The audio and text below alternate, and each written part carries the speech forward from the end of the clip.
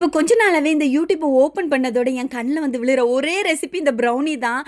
பார்க்கறதுக்கே அவ்ளோ டெம்ப்ட் ஆகுது. என்ன அழகா பண்றாங்க தெரியுமா? சரி நம்மளும் பண்ணலான்னு சொல்லிட்டு இந்த பொருள வாங்கிட்டு வந்தா, ஃபர்ஸ்ட்டு சொதப்பல். என்ன பண்ணேன் தெரியுமா? இந்த நாட்டு சர்க்கரை. அத வாங்காமலே வந்துட்டேன். அப்புறம் இந்த நாட்டு சர்க்கரைக்கு பதிலா இந்த வெல்லத்த தான் பொடிச்சு வச்சிருந்தேன். சரி இனி பண்ண ஸ்டார்ட் பண்ணலான்னு சொல்லிட்டு, ஒரு பவுல்ல வந்து பட்டர், அது கூடவே இந்த டார்க் சாக்லேட் போட்டு நல்லா மெல்ட் பண்ணி வச்சுட்டேன். இன்னொரு பவுல்ல வந்து ஒரு முட்டை, அது கூடவே கொஞ்சம் போல சீனி, ஒரு பிஞ்ச் உப்பு, 3 சொட்டு வெண்ணிலா எசன்ஸ் போட்டு நல்லா அதையும் மிக்ஸ் பண்ணி வச்சுட்டு, ஏற்கனவே மெல்ட் பண்ணி வச்சிருந்தோம்ல, அது கூட வந்து 2 டீஸ்பூன் கோகோ பவுடரு, பொடிச்சு வச்சிருந்த அந்த வெல்லம் போட்டு நல்லா மிக்ஸ் பண்ணிட்டு, 2யும் ஒரே பவுல்ல நல்லா ட்ரான்ஸ்ஃபர் பண்ணிட்டு, அது கூட வந்து கொஞ்சம் போல மைதா, அதுலயும் கொஞ்சம் போல பேக்கிங் சோடா போட்டு நல்லா கிண்டுனா, எனக்கு நல்லா கட்டியாயி போச்சு. கேக் வருமா? கல்லு வருமான்னு எனக்குள்ளயே ஒரு டவுட் ஆயிப்போச்சு.